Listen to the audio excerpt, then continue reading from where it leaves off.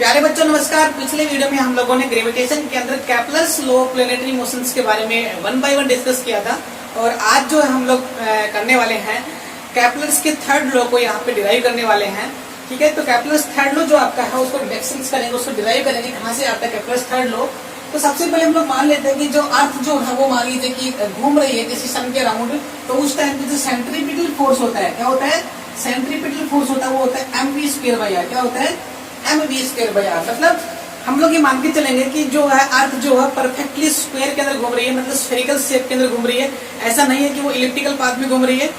अपनी कैलकुलेशंस को इजी करने के लिए हम लोग जो ग्रेविटेशन में ये मान लेते हैं कि जो अर्थ जो है वो सन के अराउंड जो है एक सर्कुलर पाथ में घूम रही है, ना कि एक इलिप्टिकल पाथ में। ठीक है ना, अदरवाइज वो रियलिटी में अगर देखें तो वो इलिप्टिकल पाथ में क्या करती है, मूव करती है। ठीक है, तो सबसे पहले हम लोगों ने मान लिया कि जब अर्थ जब रोटेट करेगी, अर्थ जब घूमेगी सर्कल के अंदर यानी सन के अराउंड घूमेगी, तो उसके लिए सेंट्रीपिटल फोर्स जो है वो होगा mv²/r।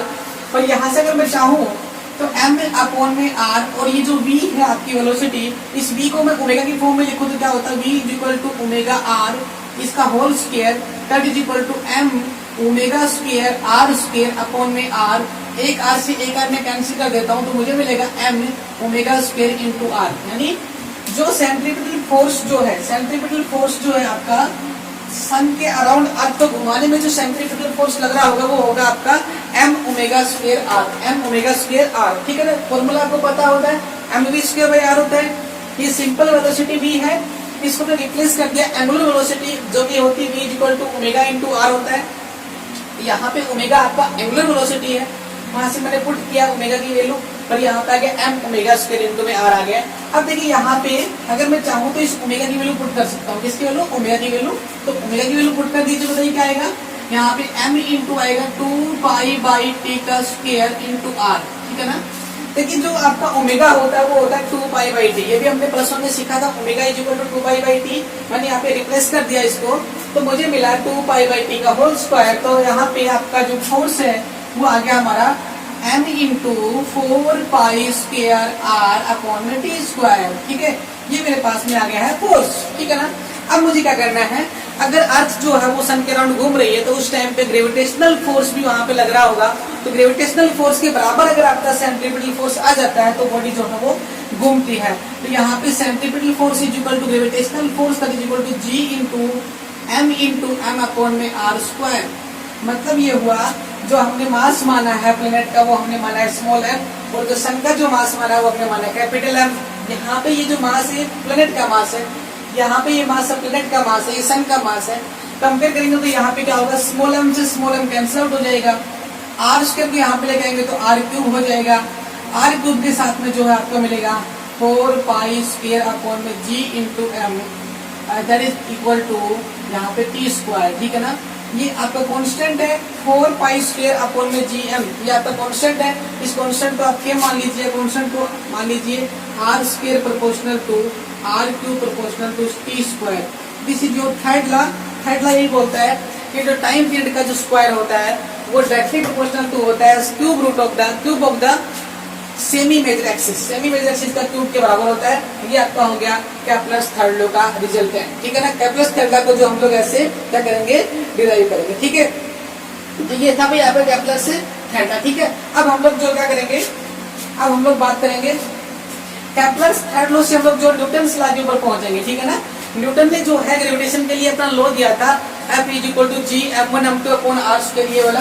तो हम लोग कैप्लर्स की हेल्प से जो है कैप्लर्स का थर्ड लॉ है उसकी हेल्प से हम लोग जो है न्यूटन्स का जो ग्रेविटेशन का जो लॉ है वो हम लोग क्या करेंगे, प्रूव करने की कोशिश करते हैं। ठीक है ना, तो सबसे पहले हम लोग मान लेते हैं ओमेगा = क्या होता है, यहाँ पे लिख देता हूं मैं detection of Newton's law using Kepler's condition. Kepler ने जो कंडीशन दी थी उन कंडीशन के बेस पे हम लोग ग्रेविटेशन का जो लॉ है उनका वो प्रूव करेंगे। हम जानते हैं ओमेगा = कितना होता है, बताओ 2π/t होता है। हमने यहाँ पे आपको ओमेगा के बारे में बताया था, ओमेगा = कितना होता है भाई 2π/t होता है। ठीक है ना, दूसरा जो है फोर्स जो है आपका वो फोर्स हमने बताया था F = mω²r। F = mω² में क्या होता है, r होता है। यहाँ पे अगर मैं ओमेगा की वैल्यू पुट करूँ तो यहाँ पे आएगा m × 4π² t² × r। यहीं पे जो मैंने सेम टू सेम काम यहाँ पे किया था वही सेम काम मैं जो फोर्स को निकालना मैं यहाँ पे कर रहा हूँ, ठीक है ना। अब देखो यहाँ पे जो है हम जानते हैं T square proportional to R cube होता है। ये आपका कौन सा लॉ है, कैपिटल का थर्ड लॉ है, T square proportional to R cube. यहाँ पे ये जो टी स्क्वायर है इसकी जगह मैं क्या लिख सकता हूँ, आर क्यूब लिख सकता हूँ। तो इस टी स्क्वायर की जगह मैं क्या करता हूँ, आर क्यूब लिख सकता हूँ, ठीक है ना। तो देखिए यहाँ पे हमने स्मॉल आर माना तो स्मॉल आर मान लीजिए आप, तो T square proportional to R cube यहाँ पे पुट कर दीजिए। तो एफ इज इक्वल टू आएगा एम इंटू 4 स्क्वायर अपॉन में यहाँ पे आएगा, यहाँ पे टी स्क्वायर की कितना है बताओ, आर क्यूब पुट कर दो। यहाँ पे आर क्यूब इंटू कितना आएगा, आर आएगा। एक आर क्यूब तो पहले से था, यहाँ पे एक आर ऊपर था, यहाँ पे ये वाला आर और ये वाला आर क्यूब जो क्या हो जाएगा, कैंसिल हो जाएगा। लेकिन जब मैं इसको हटाता हूँ यहाँ पे तो मेरे पास एक कांस्टेंट आता है, वो कांस्टेंट मैंने यहाँ पे पुट कर दिया है। तो यहाँ पे आएगा T square is equal to K R cube, यहाँ से के आर क्यूब आ गया, ठीक है ना। अब तुम चाहो तो आर से जो है 2 आर यहाँ पे क्या कर सकते हो, कैंसिल आउट कर सकते हो। तो यहाँ से कैंसिल आउट कर दीजिए, एक आर से एक आर कैंसिल कर दीजिए। तो यहाँ पे आएगा proportional to is equal to M into 4 pi square upon में कितना आएगा, के इंटू में आर, ठीक है ना, के इंटू आर स्क्वायर। देखो ठीक है। अब देखो यहाँ पे आप ध्यान से देखो तो एफ इज इक्वल टू ये एम अपॉन में क्या होगा, एम अपॉन में आर स्क्वायर। बाकी सारा जो कॉन्स्टेंट है यहाँ पे कौन कौन सा, 4 पाई स्क्वायर अपॉन में के, 4 पाई स्क्वायर अपॉन में के क्या आपका क्या है, कॉन्स्टेंट है, ठीक है ना। ये ध्यान से देखो एफ जो है वो 4 पाई स्क्वायर अपॉन में के एम इंटू आर स्क्वायर। तो यहाँ पे जो है 4 पाई स्क्वायर अपॉन में के तो कॉन्स्टेंट है, तो कॉन्स्टेंट को तो कॉन्स्टेंट कर लीजिए। ये आपका एम अपॉन में आर स्क्वायर वेरिएबल है। यहाँ से देखो जो 4 पाई स्क्वायर अपॉन में के होता है वो क्या होता है, 4 पाई स्क्वायर अपॉन में के क्या होता है, डायरेक्टली प्रोपोर्शनल टू मास। यानी ये जो आपका 4 पाई स्क्वायर अपॉन में के जो कांस्टेंट जो है वो मास के ऊपर डिपेंड इसलिए करता है तो ग्रेविटेशनल फोर्स बोलता है कि अगर एक बॉडी दूसरी बॉडी को अट्रैक्ट करती है तो दूसरी बॉडी भी पहली वाली बॉडी को अट्रैक्ट करती है। इससे जो है gravitational force always equal and opposite होता है, दोनों के लिए ही लगता है, पेयर में एग्जिस्ट कर रहा होता है। तो उस केस में जो 4 पाई स्क्वायर अपॉन में के होता है वो डायरेक्टली प्रोपोर्शनल टू होता है मास ऑफ द सन के मास के डायरेक्टली प्रोपोर्शनल भी हो सकता है, ठीक है ना। यानी डायरेक्टली प्रोपोर्शनल टू एम होगा। यहाँ से अगर मैं देखूं तो कितना आएगा, 4 यहाँ पे आएगा 4 पाई स्क्वायर अपॉन में K is equal to G M. तो यहाँ पे जो कांस्टेंट हो कितना आएगा, जी एम आएगा। तो 4 पाई स्क्वायर अपॉन में के जो है उसकी जगह मैं क्या कर सकता हूँ, जी एम पुट कर सकता हूँ। तो यहाँ पे पुट कर दीजिए जी एम अपॉन में आर स्क्वायर।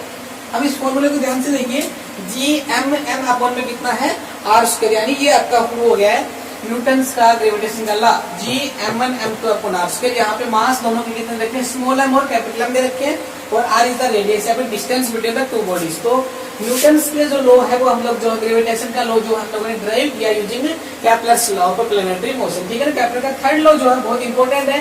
कैप्लर के थर्ड लॉ पे न्यूमेरिकल सब लोग कर सकते हैं। सॉल्व देखिए कैसे, आर क्यूब जो है प्रोपोर्शनल टू क्या होगा, R cube is equal to कितना होगा, K into T square. K is the constant.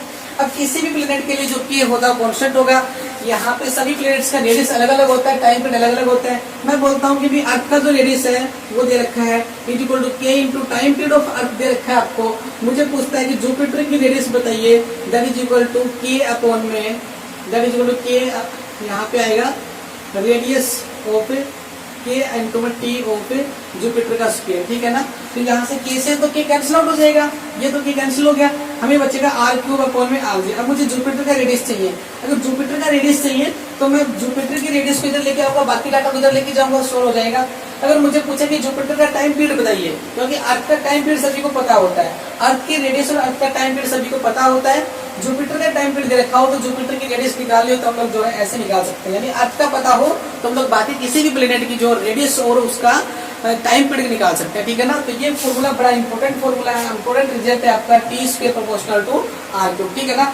ये तो था आपका भाई कैप्लर्स लॉ, और कैप्लर्स लॉ की हेल्प से हम लोगों ने जो ग्रेविटेशन के लॉ को प्रूव किया है और साथ साथ हमने प्रूव किया है कैप्लर्स लॉ से थर्ड लॉ को क्या करना है, ड्राइव करना है, ठीक है।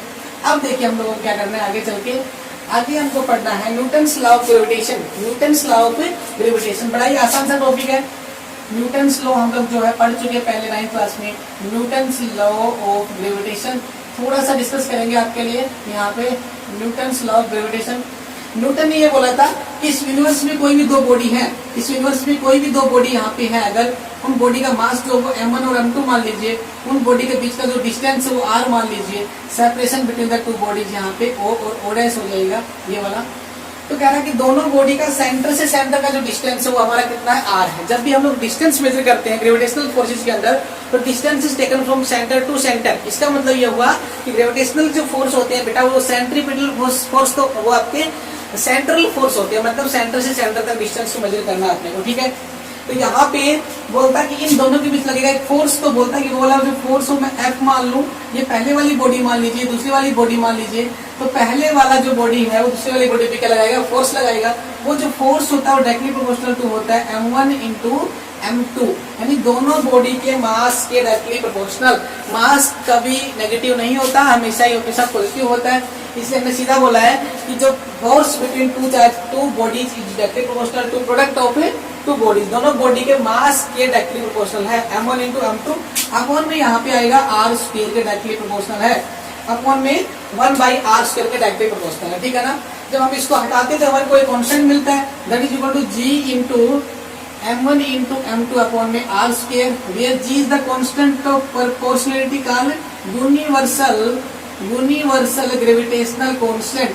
भाई यूनिवर्सल का मतलब ये होता है ये हर जगह पे क्या रहेगा, सेम रहेगा। ग्रेविटेशनल कांस्टेंट एक ऐसा कांस्टेंट है जिसकी वैल्यू जो पूरे यूनिवर्स में जो हमेशा क्या रहती है, हर जगह पे सेम रहती है, ठीक है ना। अच्छा, अब देखिए क्या करना है अपने को, इस g की वैल्यू अपने को याद रखनी पड़ेगी। ये होती है 6.67 10⁻⁻11 न्यूटन मीटर स्क्वायर पर केजी स्क्वायर।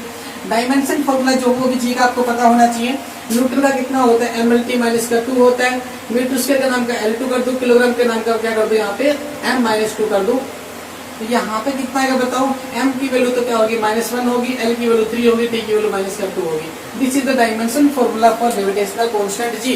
ग्रेविटेशनल कांस्टेंट जो यूनिवर्सल कांस्टेंट होता है इसकी वैल्यू फिक्स होती है 6.67 10⁻11।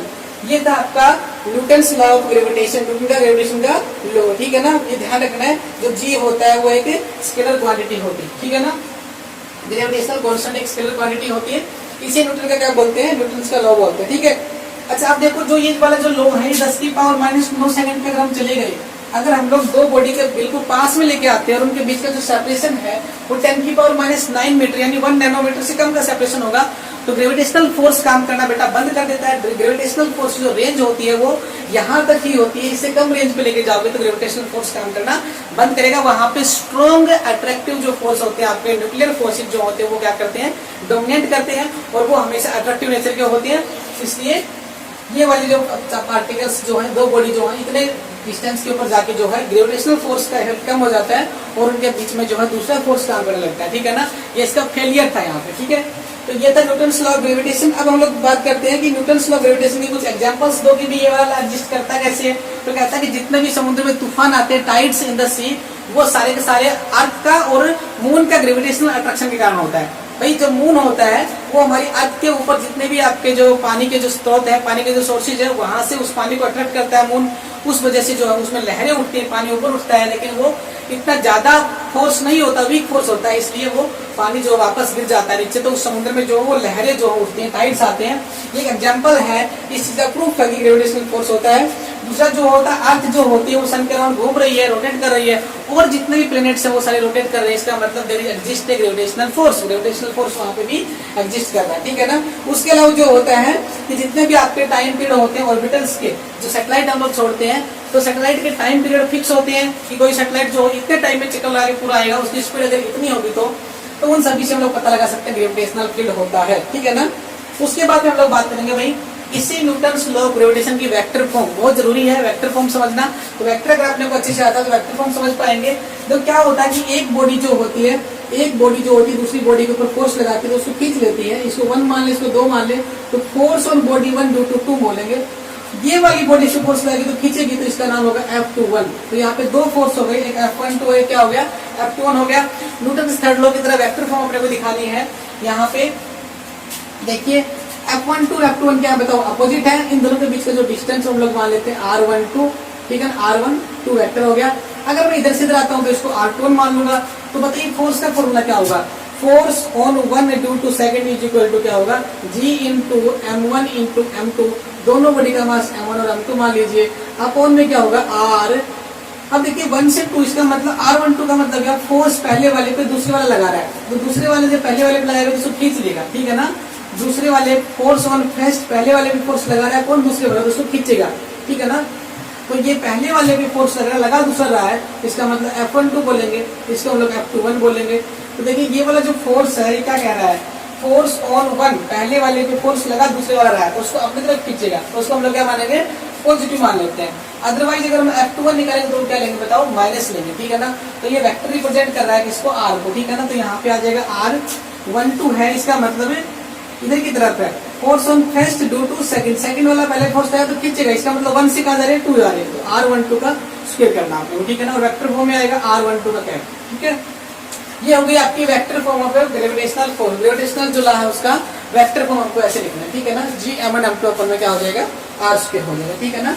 अब अगर देखो हम लोग जो है इससे अपोजिट पूछे आपसे, F12 की जगह F21 पूछ ले तो क्या होगा, G होगा, M2 होगा, M1 होगा, अपॉन में कितना होगा R। अब देखो जब 21 की बात करते हैं तो दूसरे वाले पे फोर्स निकालना है, पहले वाले को जिसको खींचेगा इसको, इसका मतलब यहाँ पे माइनस साइन आएगा, माइनस साइन के साथ यहाँ पे करेंगे R21 का स्क्वायर और R21 का वेक्टर, यूनिट वेक्टर, ठीक है ना। वही अपोजिट में क्यों लिया हम लोगों ने, क्योंकि ये जो है आपका दूसरे वाले में फोर्स पहले वाला लगेगा तो खींचेगा, अट्रैक्ट करेगा, तो इस लेफ्ट साइड में आएगा, इसका मतलब माइनस साइन मैंने ले लिया, लेफ्ट के लिए माइनस, राइट के लिए प्लस, इसका मतलब ये हो गया आपकी वेक्टर फॉर्म। अगर मैं ध्यान से देखूं तो दोनों फोर्स में फर्क कितना है, तो यहाँ पे लिखेंगे F12 is equal to minus का F21, ठीक है ना। F12 F21 में इतना ही फर्क है कि दोनों फोर्स इक्वल तो है मैग्नीट्यूड में, लेकिन डायरेक्शन इनकी क्या है बताओ, अपोजिट है। तो अपोजिट डायरेक्शन होने की वजह से क्या होता है, ये इक्विवेलेंट है, अपोजिट होती है, न्यूटन थर्ड लॉ को ओबे करते हैं, ठीक है। ये था आपका लॉ ऑफ ग्रेविटेशन और इसका वेक्टर फॉर्म आपको आनी चाहिए, ठीक है। अगर वेक्टर फॉर्म आगे तो क्या कहता है ये कि सुपर पोजिशन प्रिंसिपल क्या होता है, ये भी समझा देते हैं आपको। सुपर पोजिशन प्रिंसिपल क्या होता है, कह रहा है कि अगर स्पेस के अंदर दो बॉडी के अलावा, यहाँ पे कितनी बॉडीज है बताओ, यहाँ पे दो बॉडीज है, अगर दो की बजाय यहाँ पे बहुत सारी बॉडीज अगर आ जाए, यहाँ पे इस प्रकार से बहुत सारी बॉडीज हो जाए और पूछे कि इस वाली बॉडी में फोर्स निकालो, पहले, दूसरे, तीसरे, चौथे, पांचवें, यानी पांचवें नंबर की जो बॉडी है उस पे बाकी सभी की वजह से फोर्स निकालो। तो बोलता है कि जब बहुत सारी बॉडी आ जाती है तो हम लोग क्या करते हैं, एक बॉडी का फोर्स निकालते हैं, फिर दूसरी वाले का फोर्स निकालते हैं, फिर तीसरी वाले का निकालते हैं, फिर सभी को जो है वेक्टोरिकली ऐड कर देते हैं, ठीक है ना। तो सभी का अलग अलग फोर्स निकालना पड़ेगा। तो पहले मैं फोर्स निकाल रहा हूँ पांचवें पे पहले की वजह से, फिर फोर्स निकाल रहा हूँ पांचवें पे दूसरे की वजह से, तो क्या होगा बताओ, Gm1 M5 अपन में कितना होगा, R51 का स्क्वायर, ठीक है ना। R51 का स्क्वायर होगा, 1 2 है तो 1 2, तो 5 1 है तो 5 1 का स्क्वायर होगा, ठीक है ना। ऐसे आपका कितना होगा, G into M5 into M2 अपन में G यहाँ पे आएगा 5 2 का स्क्वायर, R52 का स्क्वायर, मतलब सभी का अलग अलग फोर्स निकाल लेना है और सभी की डायरेक्शन भी देखनी पड़ेगी। दूसरे वाले पांचवें वाले पे पहला लगाएगा तो क्या करेगा बताओ, खुद की तरफ खींच लेगा, इसको इधर आएगा, दूसरे वाला खींचेगा तो यहाँ खींच लेगा, तीसरे वाला इसको यहाँ खींच लेगा, चौथे वाला यहाँ खींच लेगा, मतलब सभी जो होते हैं बॉडी से दूर की तरफ होंगे, ठीक है ना।